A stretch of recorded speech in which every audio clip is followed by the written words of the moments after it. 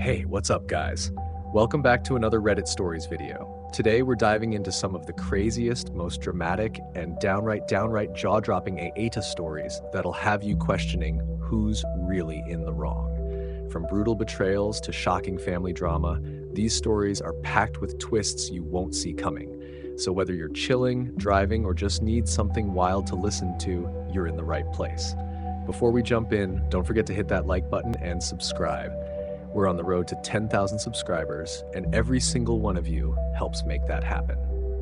All right, let's get into some unbelievable AITA stories from Reddit. Am I the asshole for telling my boss that I wasn't invited to the party? I, 26F, just started at a new job. I quickly realized that one of my colleagues, Marie, is engaged and is getting married within the next 2 months. It seemed like the whole office was attending the wedding. I absolutely did not expect an invite. She just met me, weddings are planned in advance, venues booked, etc.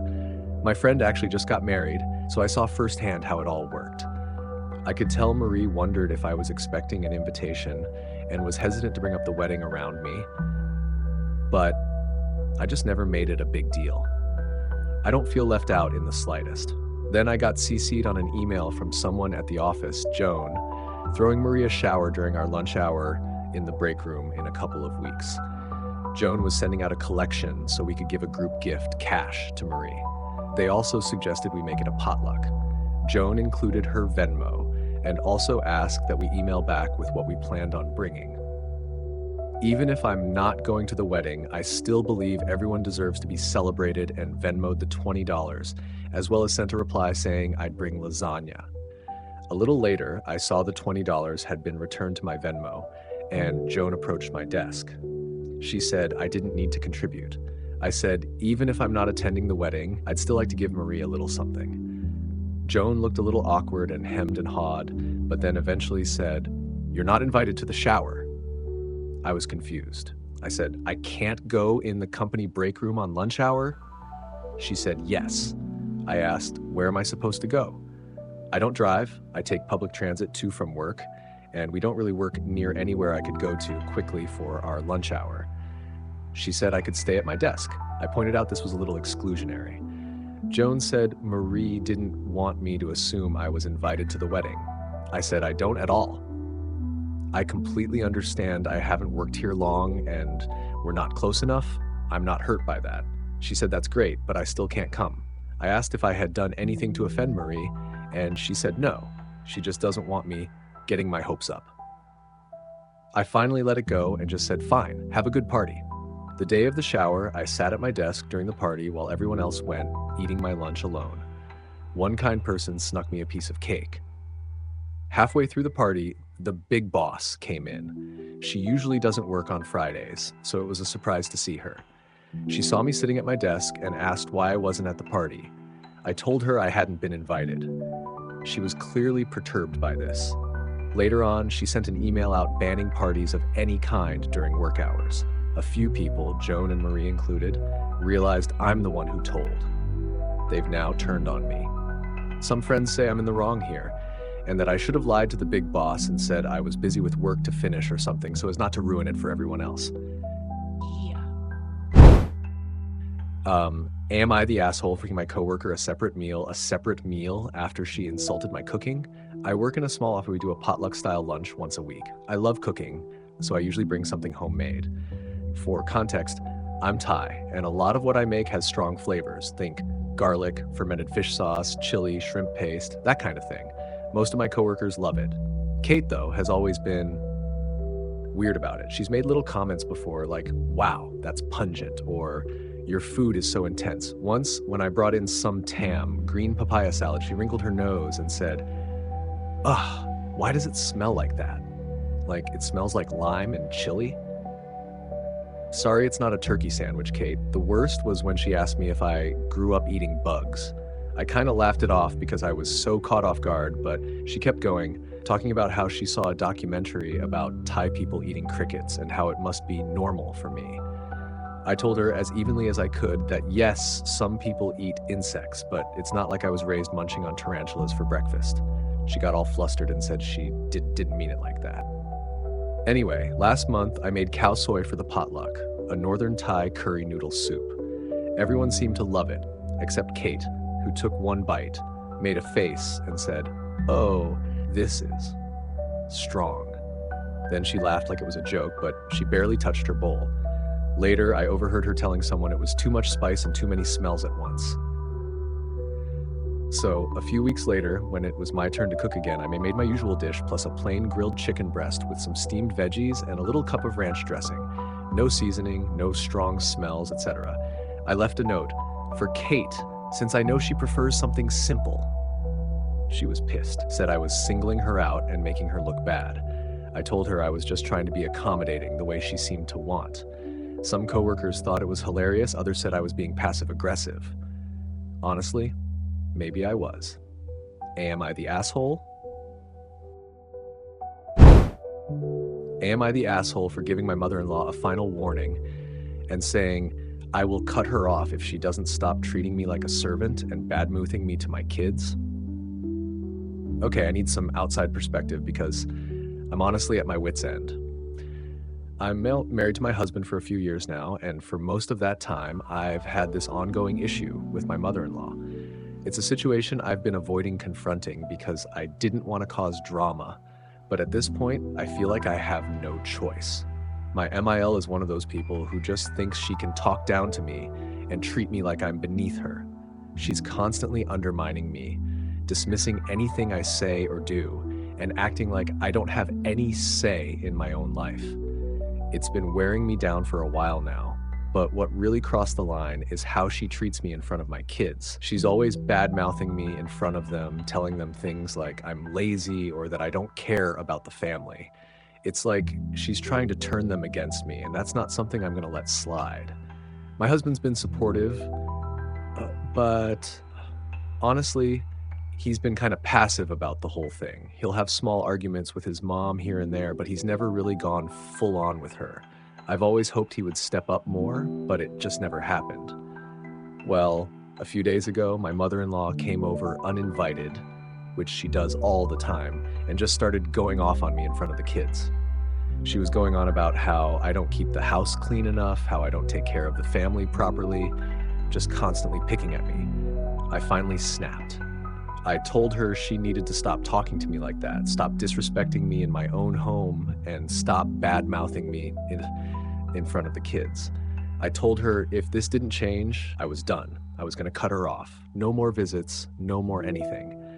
My husband was shocked at first, but then he just looked at me and said he respected my decision. He agreed that if she couldn't show me basic respect, then it's time for her to go. I thought that was it. We were on the same page finally. But my mother-in-law lost it. She started yelling at me, calling me controlling, saying I was being ridiculous and that I have no right to talk to her like that. Of course, now my family is divided. Some people are telling me I did the right thing, others think I overreacted, that I should have handled it more calmly and not threatened her. I just don't know anymore. Was I wrong for giving her an ultimatum and saying I'd cut her off if she kept treating like that? Or was I right to finally stand up for myself and draw a line in the sand? Am I the asshole for how I handled this? Am I the asshole for telling my sister not to announce her pregnancy at my wedding because I was going to announce mine, but she did it anyway? I, 22-9F, got married 3 months ago to my amazing husband, 31M. It was supposed to be one of the happiest days of my life, but my sister, 32F, managed to overshadow it in a way that I can't seem to move past. A little background. My husband and I had been trying for a baby for a while, and when we finally got that positive test, we were over the moon. We decided we would share the news with our family and friends at our wedding reception. Nothing crazy, just a small, heartfelt moment during the speeches. Only my parents and my maid of honor knew about this plan. A few weeks before the wedding, my sister pulled me aside to tell me she was pregnant. I was genuinely happy for her, and we had a sweet moment together. Then she casually mentioned that she was planning to announce it at my wedding. I was shocked and told her, as kindly as I could, that I would prefer she didn't. I even explained why, because I was also pregnant and planning to share the news that day. I asked if she could wait just a little longer so the day could stay focused on the wedding. She seemed a bit annoyed but didn't argue much, so I thought that was the end of it. Well, fast forward to the reception, and guess what? Right after the speeches, she stands up, clinks her glass, and announces her pregnancy. The whole room erupts in cheers, and suddenly my wedding turns into her pregnancy celebration. I was stunned.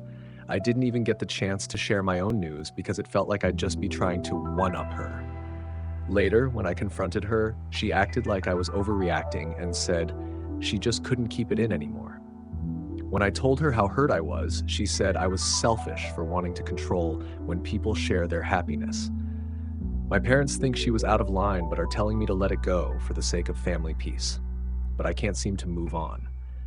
Every time I think about my wedding, I feel this bitter pit in my stomach because she took away a moment that was special for me.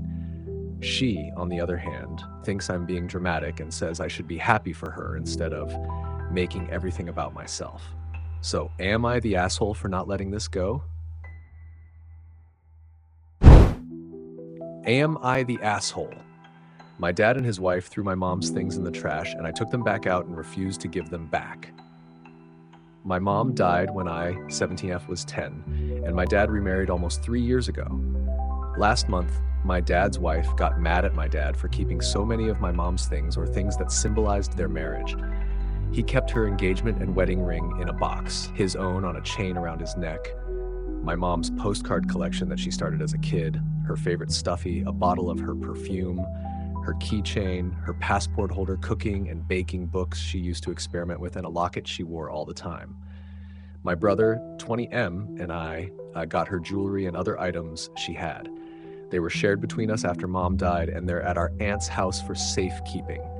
My dad's wife said she wanted all that stuff gone, and the wedding photos and any couple photos of them and any family photos that had my mom in them had to be put away.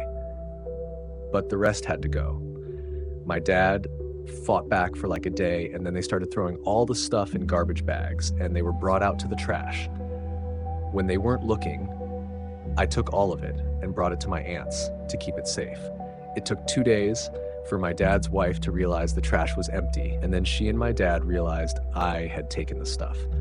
My dad's wife went crazy and said they were in the trash for a reason. I told her I wasn't letting my mom's stuff go like that. She said it doesn't need to be in her house, and I said it wasn't anymore, and she wouldn't need to see it. She said it was nothing but bad memories, and that they didn't need to be in her and Dad's marriage. I told her she didn't need to worry and that they weren't Dad's anymore. Dad told me to just give the stuff back to them and they'd deal with it, and I refused. His wife said she wasn't allowing that kind of disrespect in her house, and Dad said it'd be dealt with. They asked a few people if they had them, and all said no, including my brother, 20M, who let them know he thought they were both disgusting and that he didn't want to talk to them again. When that didn't work, my dad tried to convince me again, and he failed. He said I was making it worse. My dad's wife told me she's my stepmother and more deserving of respect. I said she'll never be my stepmother. She'll never be my family. She's just my dad's insecure second wife who'll never be good enough to be seen as family by me or my brother. I told her I'm not giving them back. She tried to get the police involved and accused me of stealing, but they brushed her off because I live in the house and took them from the trash, so. She said I'm a thief and the most disrespectful kind there is. She asked if doing this was worth hurting my relationship with them, and I told her I didn't care about having a relationship with her to begin with. I told her she was nothing to me and to stop acting like she has some kind of real authority over me.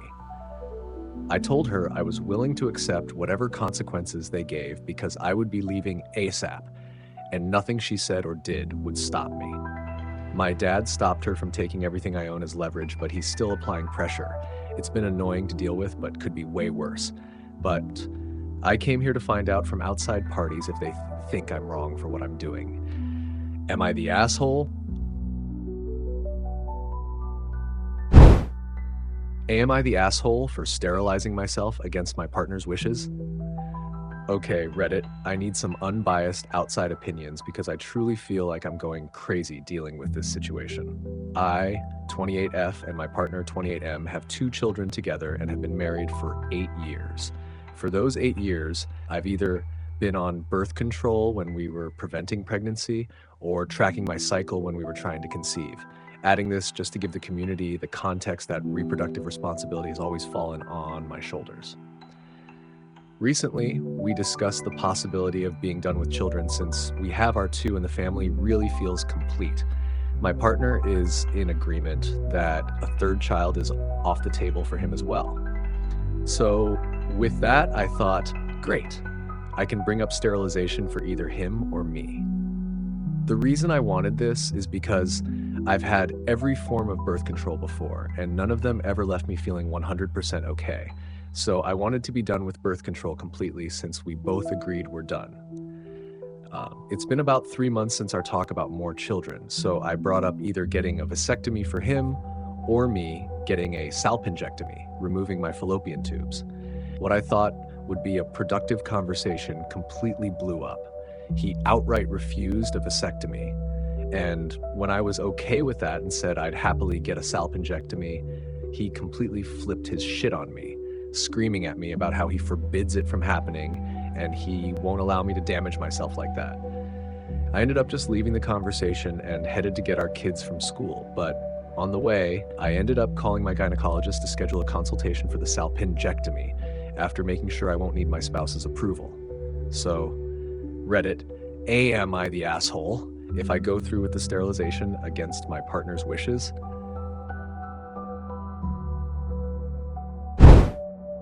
Update. Am I the asshole for sterilizing myself against my partner's wishes? Due to the support and advice I found on here, I managed to get the confidence and level headspace needed to try to have another conversation with my partner. After getting our children to their school daycare for the day, I went to our local coffee shop to pick us up each a cup. I figured it could either be seen as a show of care or a peace offering. Once I got home, he was sitting at our island doom scrolling through TikTok. I think we've all been there. I decided standing across from him would be a better choice, so I gave us our respective cups and asked if I could get his attention for a conversation. Well, what I hoped would be productive turned unproductive quickly, as he sighed with an eye roll and turned off his phone. I started by asking the big question of whether he wanted any more children. I even suggested he not think about what I said on the subject and just tell me his feelings about more children. He answered with a firm no and told me, as he said before, a 3rd child is and will always be off the table. I then asked him if he had any fears or concerns about surgeries, medical procedures. He said no to this question as well. So I asked if he understood the procedure and what it entailed, and he said yes, which is why he doesn't want me to get it done. In his words, I wouldn't be a woman if I got any part of my reproductive organs, what makes me a woman, removed, and he refuses to allow me down that path. I then followed up by asking about him getting a vasectomy, and he said it's pretty much the same thing for men, and he won't let anyone take away his manhood. The final question I managed to ask was if he just expected me to be on birth control forever, and this man looked me in my face and said, "It's worked so well for you already, why change things up?" Guys, as I stated in my previous post, I am miserable and in debilitating pain with birth control. At the end of this, I just grabbed my coffee and went to sit on our porch, just trying to wrap my head around the conversation while he sat in the house acting like nothing was wrong and we were just having a normal day off together. Update on am I the asshole for getting sterilized against my partner's wishes? Hey Reddit, I just wanted to give a small update. I've been reading all of your comments on my last 2 posts. I swear, I appreciate all the advice and kind words, sometimes even the unkind words, because it gives me more to think about. So to start, I've been at my sister's with the children all weekend. I told my husband that she was feeling lonely and wanted us to stay over. He believed it, as we usually try to do this once a month. I called off work Monday so my sister and I can meet with the divorce lawyer that handled her divorce. I'm unsure if divorce will be the path I go down, but I want to get my ducks in a row before laying it all down for my husband. Also, I would like to answer some questions that I saw a lot of in my last post. Yes, I still plan to go through with the sterilization. I absolutely don't want any more children, even if this ends in divorce. I plan to tell him it's getting done no matter what he says or believes. There will definitely be no sex with him anymore. I feel like I lost all attraction and respect for him. The children don't know what's going on. They just think it's a fun time at Auntie's house. Condoms are a no. I exist because of a broken condom. I currently have an IUD, and while, yes, it has been the best birth control I've been on, I still cannot function properly for a week out of the month due to pain, bleeding, and depressive episodes. No, he hasn't done anything like this before, which is what caught me so off guard with everything. Disagreements in our relationship have, up until now, been able to be discussed and compromised on. We grew up in a deep Catholic community, but fell away from the church years ago. Am I the asshole for hiding the location of my best friend from my wife? About 5 years ago, I moved about 15 hours away from my hometown for a job. Shortly after moving, I met my now wife, Becca. A few years ago, I had a buddy, JR, from back home come stay with me. While here, he met my wife's sister, Maggie. JR and Maggie hit it off. They pretty quickly started dating. Maggie has a daughter from a previous relationship. Daughter's dad is very much in the picture. Almost a year ago, Maggie and JR moved in together. At the time, Maggie was living with her parents because she could not afford rent on her own. Things seemed to be going well. It is a long story, but almost 2 months ago, JR got pretty irrefutable proof that Maggie was cheating on him. He was angry, depressed, and overall distraught. He could not deal with confronting her, but he could also not deal with living with her. He talked to me and wanted my help to get away. So I reached out to my network of people who are not mutual friends of Becca and I to get him a place to stay. Becca, Maggie, Maggie's daughter, and my MIL were going out of town to visit Miles' mom a few weeks after he found out. I had a work friend with a rent house. I helped JR pack his stuff, which was like 90% of the apartment, and he moved out. He sent an email to Maggie about why he moved out. He left a check for rent and utilities through the end of March when their lease is up and informed the landlord that he was not renewing. Maggie got the email and called JR numerous times while on the trip. My wife called me and asked what was going on and where was JR. I told her that JR moved out and he was safe, but I will not tell her where he is. They got back and Maggie flipped about all the stuff JR took. My wife was quite angry and demanded to know where JR was. I kept telling her that he is safe, but I am not telling her where he is. The last month has been tense, and my wife has begged and made threats to know where JR is. She has even tried using my phone to impersonate me to call JR and get information. I have since changed my passcode. She says, "We are married. This is affecting my family. I deserve to know." I refuse. She has even talked about this being divorceable. Am I the asshole? Edit. 1. My wife knows that JR left. 2. Maggie has admitted since he left that she was cheating. 3. My wife denies knowing about the cheating, and I do believe her. Historically, Maggie and Becca are not close. Prior to JR moving here, we would see Maggie maybe once every 3-ish months. Since JR moved, we see her a lot more because JR and I regularly organize get-togethers, which is why my wife's reaction is surprising to me.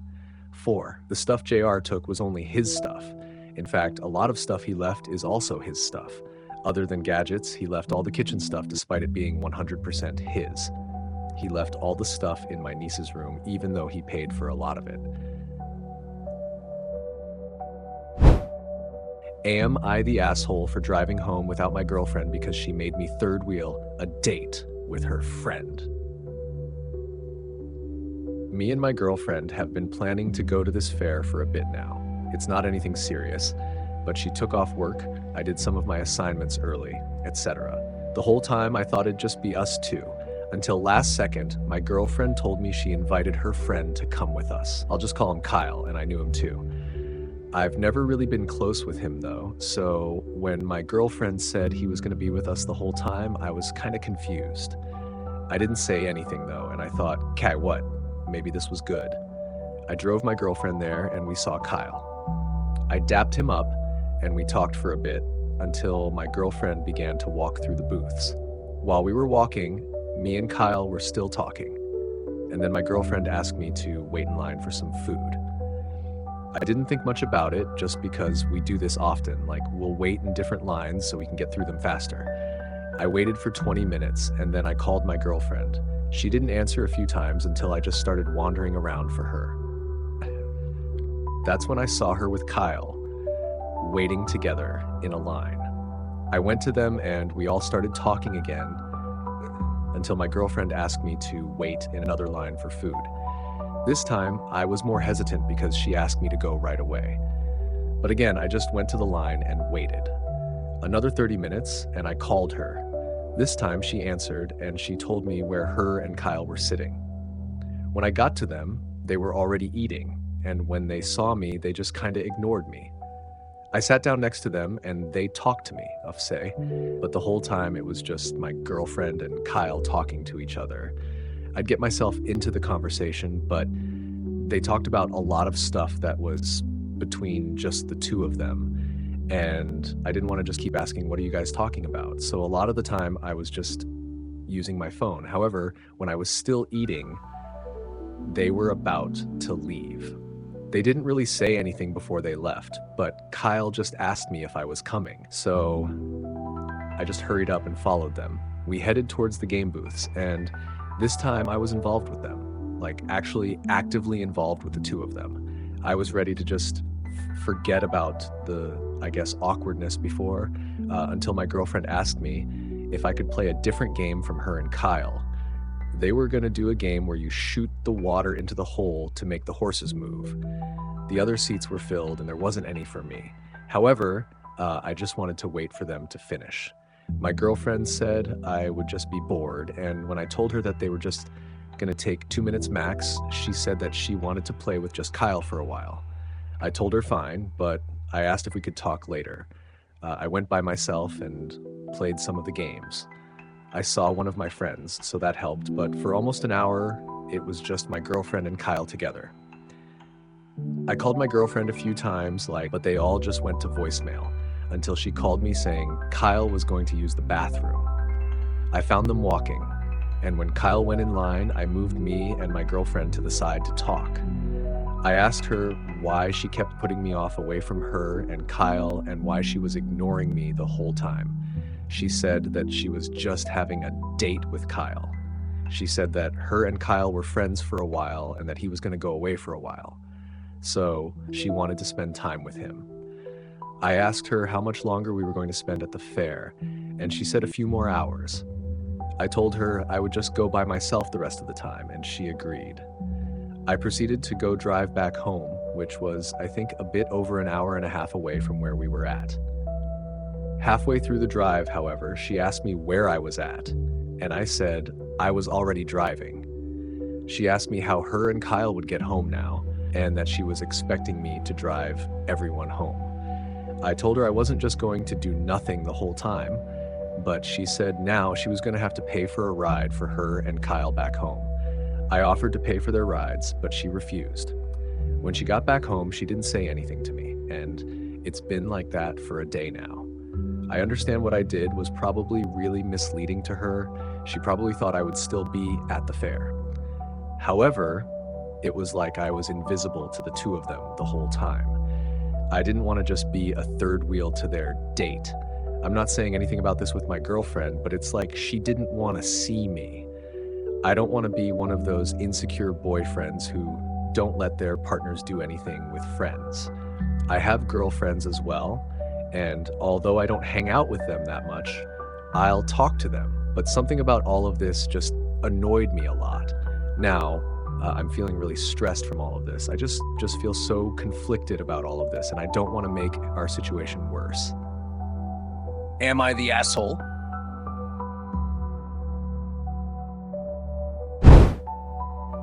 Am I the asshole for telling people the real reason why I skipped my friend's wedding? I, 5F, am still friends with some of the people I went to college with. One of them, fake name 36F, got married this past January after being engaged for 2 years. Early in the planning process, Debbie had asked my 6-year-old daughter, who was 5 at the time, to be the flower girl.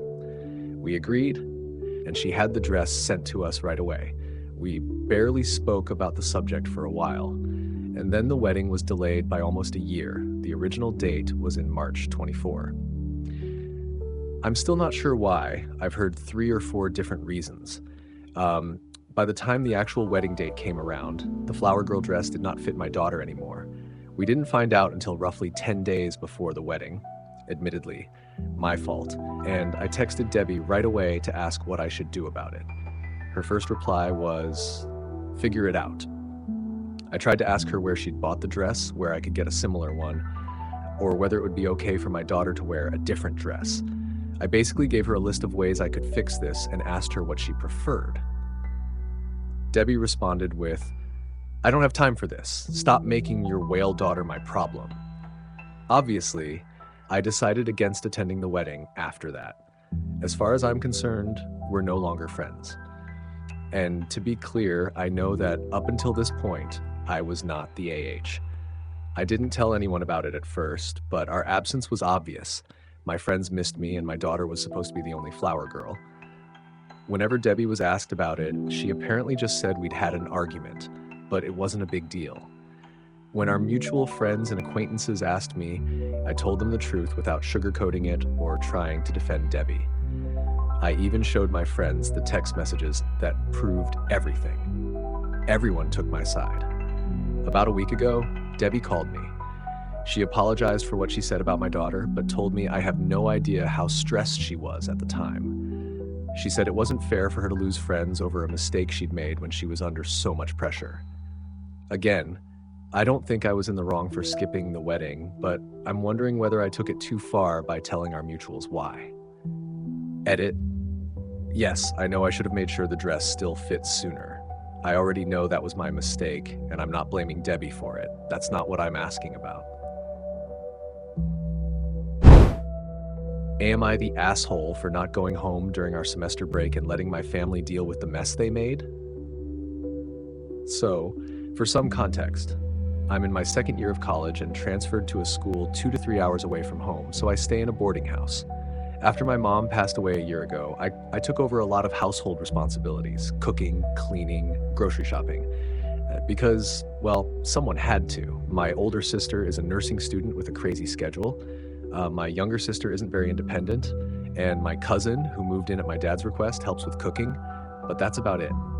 At the start of the semester, before I left for school, I made sure the house was spotless. The laundry was done, the fridge was stocked with fruits, veggies, and meal prepped food, and everything was in order. I figured they'd at least try to maintain it. But no. The first weekend I came back, the house was a disaster. Shoes scattered everywhere, dishes piling up, trash overflowing, unfinished takeout rotting in the fridge, and my meal prepped food completely ignored. I was frustrated, but cleaned it up anyway, thinking they were still adjusting. I reminded them nicely to at least clean up after themselves. Not because I was a clean freak, but because I want them to live in a clean and healthy environment, as it was one of my regrets when my mom died from health complications, and I deeply blamed myself. The next weekend, same mess, and the weekend after that. At that point, I was done. Home was supposed to be a place where I could rest, not somewhere I had to play housekeeper after a long week. So, just stopped going home. I made excuses, school projects, group hangouts, whatever it took. Then semester break came. It was also a big religious holiday where we honor the dead and family would be coming over. Normally, I'd be the one running around, making sure everything was clean and prepared. But this time, I told them I had papers to finish and wouldn't be coming home on time. In reality, I knew that if I wasn't there, they would have to clean the house themselves. And sure enough, while I was away, I checked on our group chat and saw them absolutely panicking. They didn't know where things went, struggled to buy all the food they needed, complained about not having space to prepare food because the table was too cluttered, and even ran out of clean plates. Honestly, I felt satisfied knowing they were struggling. I came home the day after the holiday to spend time with them and visit my mom's grave. As expected, they hit me with, "Oh wow, how convenient that you couldn't come home earlier." But the house? it was cleaner than usual. Not perfect, but better. I know they'll probably slip back into old habits, but at least now they've felt what it's like to handle things without me. Maybe next time they'll think twice before taking it all for granted. So, AITA for ditching them and making them clean up their own mess.